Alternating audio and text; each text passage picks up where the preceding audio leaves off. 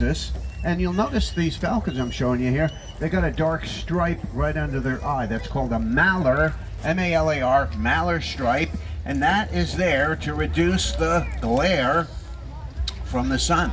And I'm sure you've seen baseball players and football players doing that with a little bit of makeup. Where'd they learn that trick from? Falcons. Not the Atlanta Falcons, but the real falcons. Anyway, this bird is a hunter. They basically hunt, you know, birds like pigeons and doves and smaller birds. My big falcons are duck hunters. So I call them the Duck Dynasty. I spell it differently. It's Duck Die Nasty, because they hit ducks at over 200 miles an hour. They don't really hold up too well at that speed. And I got a warning when I first got to this fair that they have a duck pond right over there. Did you guys know that?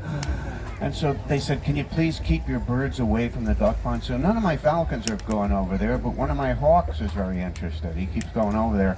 I'm going to turn him loose in a minute, and hopefully he won't go back over and harass the ducks. But we haven't taken care of any of them yet. We're going to stick you back here, acclimato. Whew.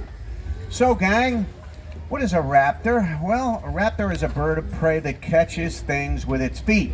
So eagles and hawks and falcons and owls, they are all raptors. The osprey is a raptor. But I've got two birds here that are non-raptors, okay? And the first one is the national bird of Belize.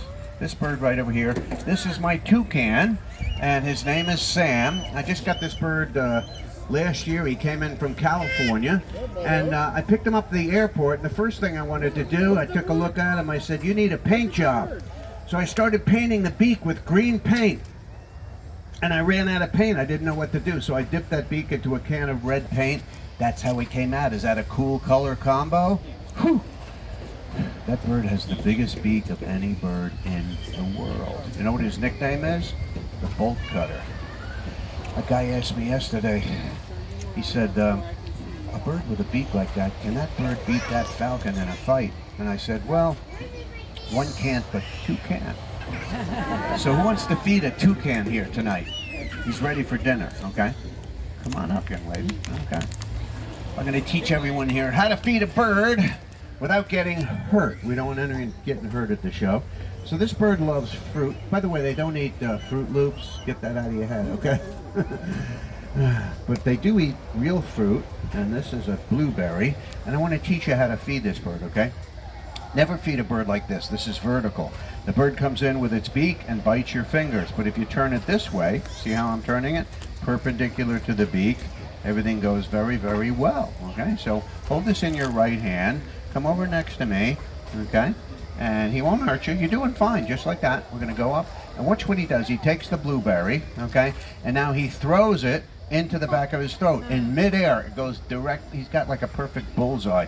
It's amazing what he can do. Let's take another blueberry. Again, watch what he does. He takes it. He's going to throw it into the middle of his throat, okay? That one went down a little bit slower, but we're going to try this with you.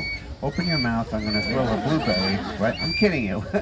Want to give him something bigger? I got grapes in here. I don't think I could swallow this grape without choking.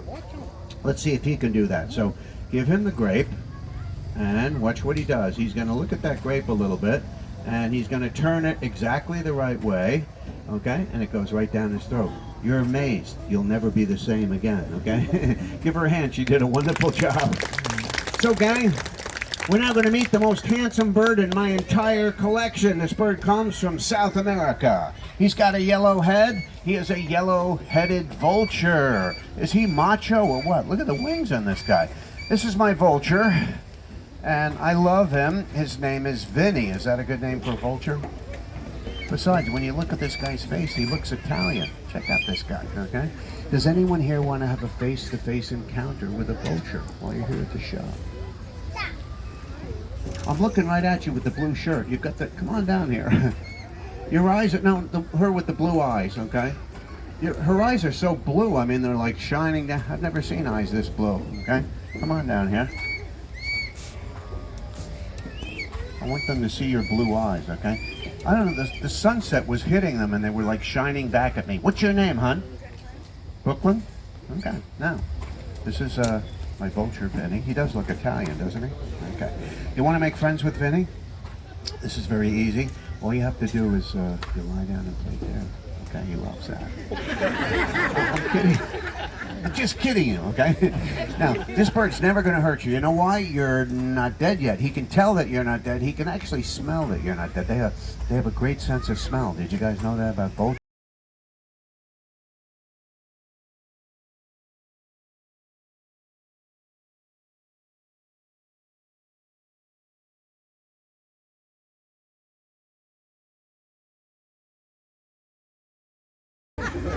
But that same bird can smell a roadkill on a highway 5 miles away. And if it's been sitting in the hot sun for a few days, that means it's absolutely perfect. By now, it's all covered in maggots. These guys love maggots, kind of like a side dish. It's like having grits for breakfast. Have you ever had grits for breakfast? You know what they are? There's these little white things, okay? Next, if you ever eat them, make sure they're not moving, okay? This bird's in love with those blue eyes, okay? Just turn around for a second, because the bird really likes ponytails a lot. Come on, Vinny, please let go of her. Does anyone have scissors on them? You gotta cut this. I'm just kidding you, okay? Brooklyn, you did a great job, okay? Give her a hand. I'm gonna stick this guy back.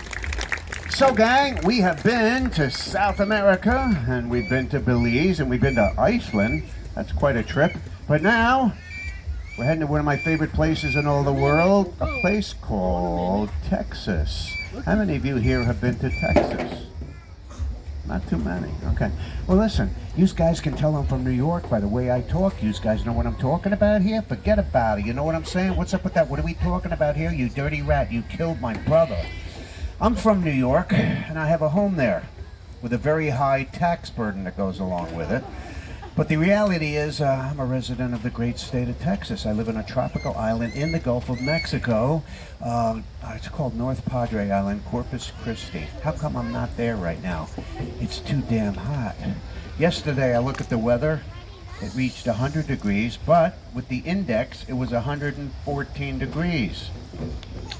I leave Texas in November, and I come back in, I got that mixed up. I leave in May, and I come back in November. Imagine if I did it the other way. I'd be frying down there. Anyway, I love Texas. I want to show you a bird I brought with me. Texas, by the way, is the #1 state for birds. There's more species of bird in Texas than any state in the USA. And it's also #1 for burritos. Listen, I have 650 Mexican restaurants in my town within 20 minutes of my doorstep. That's a lot of burritos. I want to show you a bird from Texas called the crested caracara. This is my crested caracara. He has a crest on the top of his head, which looks like a cheap toupee. Those are actually feathers. Now, his name is Rio. He's from the Rio Grande Valley region of South Texas, and I got to keep him on a leash. I'll tell you why. I had a lot of problems with him last year. I'm doing a show in Laredo, Texas, by the Mexican border. And he was up in the air, and a big gust of wind came in from the north and blew him south over the Mexican border. Do you think I'm going to Mexico to look for him? No way, Jose. Kind of dangerous down there. So I was kind of heartsick. I thought I'd never see you again. And 3 days went by, and guess who showed up at the fair? He came back over the Mexican border, which is pretty easy to do nowadays. Anyway, he's been lazy ever since I got him back. He doesn't want to fly. Can you just fly a little bit for me today? Can you fly like 2 feet? That was great. Now, how about 10 feet, okay? He did 10 feet. I can't even believe it, okay? How about 20 feet, Rio? Come on. He's doing great, but he doesn't really want to fly. He wants to walk. He loves spending time on the ground because he's a scavenger. Scavengers like to scavenge. He loves these little pieces of red meat I'm dropping on the ground. Now, he loves red meat, and last night we found out he likes ladies with red painted toenails. Did you guys hear what happened last night? That was a real disaster. I had to bring out a whole bunch of Band-Aids for her. Anyway, this bird goes by another name. In Texas, they call this bird a Mexican eagle. Whew. You just met a Mexican eagle. So guys, we're gonna meet my next baby. I got a baby to show you. You met the baby on the ground. That one's about 12 weeks old. I got another baby who's 13 weeks old. How do I know I have a baby with me? Because I hear some whining in the corner, and these babies whine. But I'm going to take you guys right now to the Namib Desert of West Africa. There we meet a bird called the auger buzzard. It's kind of like a small eagle. And this bird was bred in captivity at an eagle breeding facility in Las Vegas, Nevada. Did you know they have an eagle breeding facility in Las Vegas? Who knew? Anyway, this bird spent most of its life in temperatures well over 100 degrees every day. And now she's with me in the cool atmosphere of Lima. And her name is Savannah. Come on out, Savannah. You got to be one of the most handsome birds I've ever seen in my life. So Savannah is undergoing a training process, and to do that I got to treat her with loving care. I got to teach you how to fly, okay? So how do we do that? Well, we use food as a big motivator, and we get them to fly short distances for food. And then it's just a matter of increasing the distance, longer and longer distances over and over again. There's a lot of repetition, and eventually the bird learns how to use its wings and its tail for turning and stopping, and that is Savannah. Savannah, you look very impressive there. I'm proud of you, all right? Now guys, I want to show you my Harris Hawk. Harris Hawks are found in Arizona, Texas, New Mexico, Southern California. I got one here named Phoenix. And Phoenix is the one that keeps... You better not go to the duck pond tonight, or I don't know what I'm going to do with you. But I will feed you so you don't have to kill a duck, okay? Mm-hmm. Now, listen, Phoenix, I trust you, okay? So just don't go to the duck pond. He's on the way to the duck pond, okay? Now, from up there, that bird actually has a bird's eye view. And he can actually spot a rabbit about 2 miles away. So these birds do have eyes like a hawk that make them an outstanding hunter and an amazing predator. But I can already tell he's completely ruined by being at this particular fair because of that duck pond. I hope they don't have a duck pond at the next fair. So I use beef as a kind of a motivator, but it's getting kind of expensive. Have you noticed the price of beef? This is $20 worth of beef. So sometimes I gotta change the bait and give him something he likes a little bit more. All right. Well, anyway, he's not going to the duck pond. That's good. Come on, kiddo. All right. I'm actually gonna put you away for the night, if you don't mind. So come on down here.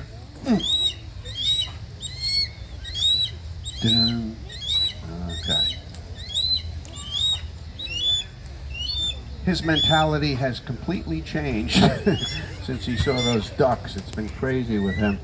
But anyway, what are you going to do? That's what happens sometimes in show business. Anyway. I'll show you guys how to catch a wild hawk. There we go.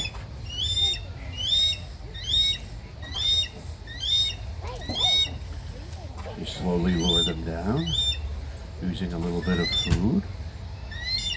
These guys are actually really good to work with because they can take the heat, and they can actually sit on top of a saguaro cactus, you know, when it's like really, really hot. If you ever go to the Arizona desert, that's where you'll find our fine feathered friend. And okay, I got you. You didn't go to the duck pond, so I guess give him a hand not for doing that. All right, let me get you back here. So, gang, we're now going to meet some birds that actually work the night shift, because I got owls to show you. I want to tell you who they are, where they come from, what they do. We're going to start with the cutest bird you've ever seen in your entire life. This bird comes from the South American rainforest. His name is Pepper. He's an endangered species. Pepper, you're looking so cute. I just got to give you a big kiss here tonight. This bird has very interesting markings that go around each of his eyes, and it almost looks like the bird's wearing a pair of glasses, or what they used to call spectacles. This is a spectacled owl. Now, my friend here only weighs about 3 pounds, but his eyes are as large as yours, and they are I can tell you women are in love with this bird. Okay, I'm gonna let you pet him. Go right ahead. Go right ahead. Okay. Non-opportunists here. So our friend here, if you pet him, you have to kiss him, okay? You have to kiss. Anyway, so here's the deal on my birds. They can't move their eyes, they gotta move their head. And we can turn our head to one shoulder. You know, in our neck we have neck bones, they're called vertebrae. We have 7 neck bones. All mammals have 7 neck bones. Even a giraffe has 7 neck bones. But my birds have 14 neck bones, so they can turn their head 270 degrees. Did you get a good picture? Okay. Now hang on a second. I'm sure you've done selfies before. I want you to do a selfie of yourself. Right there. Stay right. Tell me when you're ready. I'm going to add a little ingredient to the selfie. Okay. Make sure you get him in there. Okay. That's probably the coolest selfie you've ever done. All right. Let me get you back here. So, gang, this endangered species is a bird you're unlikely to come across in your everyday travels, but I want to show you an owl that you might see living here in Ohio. It's an owl that likes to live in barns. It's called and his name just might be, how'd you know that? What happens if I bring a female barn owl out? We could name her Bonnie, or check out what I invented two weeks ago. Barnadette. Oh. Remember the song from the 60s? I love that song. Anyway, so we're going to meet Barney. And Barney's got to be one of the more handsome birds in my collection. He's waiting here in the wings. Hang on there, Barney. Barn owls live in barns. They live in hollow trees. They're the world's best mousetrap. They eat about 2,000 mice in 1 year, so they're really good at that. And people put up a lot of bird boxes to attract these guys. Anyway, he's absolutely lovely. He looks like a perfectly toasted marshmallow. But when you're looking at my owls, ladies and gentlemen, how do we know they're owls? They got a big head, and their face is kind of scooped out. It's concave, and it's shaped like a dish, and it's designed to pick up sound waves. So right now, you guys are picking up sound waves with a piece of skin. It's called an ear, and this bird is using its entire face to pick up sound waves. So we're going to do a little experiment here using sound. The sound of a coach's whistle. I can't train all my birds with a coach's whistle. They'll all come at the same time, okay? But I'm going to try to hide here in the audience, and we'll see if this guy can respond to the coach's whistle, okay? So hang on now. Now, what I have to do is I have to turn off my sound system, because if I blow the whistle, it's going to come through the speaker. That's not going to work too well. So give me a second. Let me just...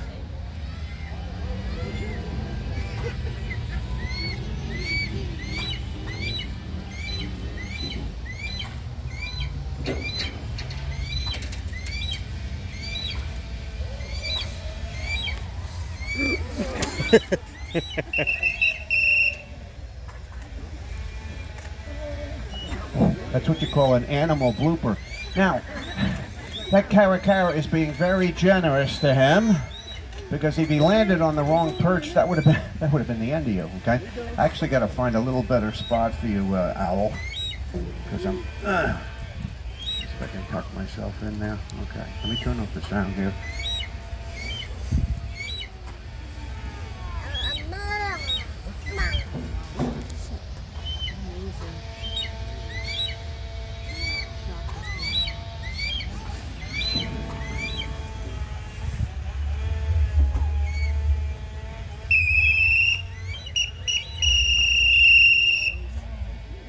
All right, give Barney. Thank you, Barney.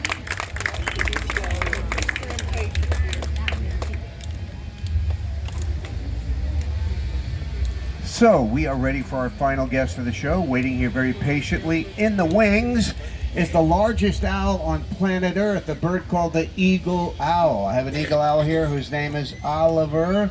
And Oliver likes to keep track of me wherever I go. By the way, Oliver, I'm over here, okay? So he does a lot of neck twisting, and that's why we call him Oliver. Oliver Twist, of course.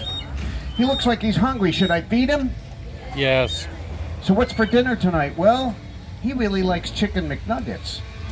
And not the ones you get at McDonald's down the road, because those are only 28.3% chicken. If I gave him one of those, he'd probably get sick. So I have to give him chicken McNuggets that are 100% chicken. I happen to have them right over here. And Oliver, would you like another chicken McNugget? Okay. There you go. All right. Whew. Now, there's no need to put special sauce on that, because He likes them just like that. I got someone else that's interested in a McNugget over here. And your sister wants, okay, take it easy, Tundra. She knows it's dinner time and she's like, oh, everybody. So where do I get these McNuggets? Well, there's a poultry barn right up. I'm just kidding. I don't go near the poultry barn, but I do go to a place called a hatchery. What's a hatchery? They hatch eggs there. It's a big farm, huge building there, a huge facility, and inside the facility are conveyor belts filled with eggs going by very slowly, okay? They're hatching. And guess what? They've got people in lab coats standing there, and all they do is watch the conveyor belt go by, and they are trained to pick out male from female, male from female, male, female, male. And guess what happens to those males?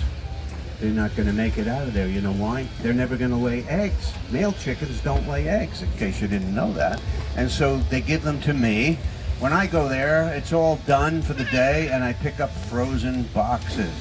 And the last time I went, I picked up 20,000 chicken McNuggets. That's a lot of McNuggets. That lasts me about 8 months. But I'll never forget when I was raising this eagle owl, Oliver, because when he came out of an egg, it was the size of a chicken egg, and he was as big as that. That's it. But guess what? 8 weeks. 8 weeks later, he's full grown. He looks just like that. How did he get so big so fast? He ate a lot of McNuggets. One day he ate 30, another day he ate 50, and he grew and grew and grew, and he's huge, isn't he? Now with raptors, how do we tell the difference between a male and a female raptor? Well, it's getting a little difficult with people, but not with birds, okay? With birds we tell by their size, and the females are much larger than the males, and that's true in all of the birds of prey. And so I have a female with a wingspan that's 6 feet wide. I don't bring her to shows because she scares the kids, okay? You guys can tell I'm not woke, right? Anyway, but you guys are probably thinking, I'd love to take these birds home with you. We've arranged for you to do that tonight. My wife and I have 2 books out. One is Raptor Basics. The other one is Owls. Look who's on the cover. And should I give him another McNugget? Did he? Yes. See, you guys you're all grossed out. You like this. But you do want to see him eat another McNugget. I can tell by the... Let me see, I do have another McNugget left here. And he's been a good boy today. So, Oliver, that is your final... He's not even interested in it. That's your final McNugget. You want to eat it, go right ahead. Whew. Anyway, gang, you know, sometimes, like every other job, I have a rough day at the office. But today's been actually going pretty good. And I love what I do. Like I said, I started training falcons back when I was 12 years old. I did my first show when I was 12 years old, 56 years ago. I've been doing a lot of shows. I lost track at 15,000 shows, and that was 15 years ago. So I don't know if I'm ever going to retire, but most of my life I have been living the American dream. I grew up in such a great country. I was able to take my hobby and turn it into a career, and there are very few places that you can do that here on planet Earth. But you can do that here in America. So I want to leave you guys this evening with kind of an upbeat message, because all we're hearing out there is bad news all around the world and in our own country. But I do want to tell you something about this American dream we always hear about. Somehow it lives on, and it lives on from generation to generation to generation. It allows these youngsters that are sitting right next to you right now to have freedom that's found nowhere else on earth. God has blessed this country. And when they grow up, they can do whatever they want to do and be whoever they want to be. One of them sitting right next to you could be the next bird man, the next bird lady, or even the next president. So listen, kids, study hard, stay out of trouble, pursue your dreams and your goals, honor your parents, honor your grandparents, and there is nothing stopping you in a place called the USA. You guys have been a great audience. Thanks for coming. God bless you, and God bless America. We'll see you down the road. You people are welcome to come up to the table right now if you'd like to.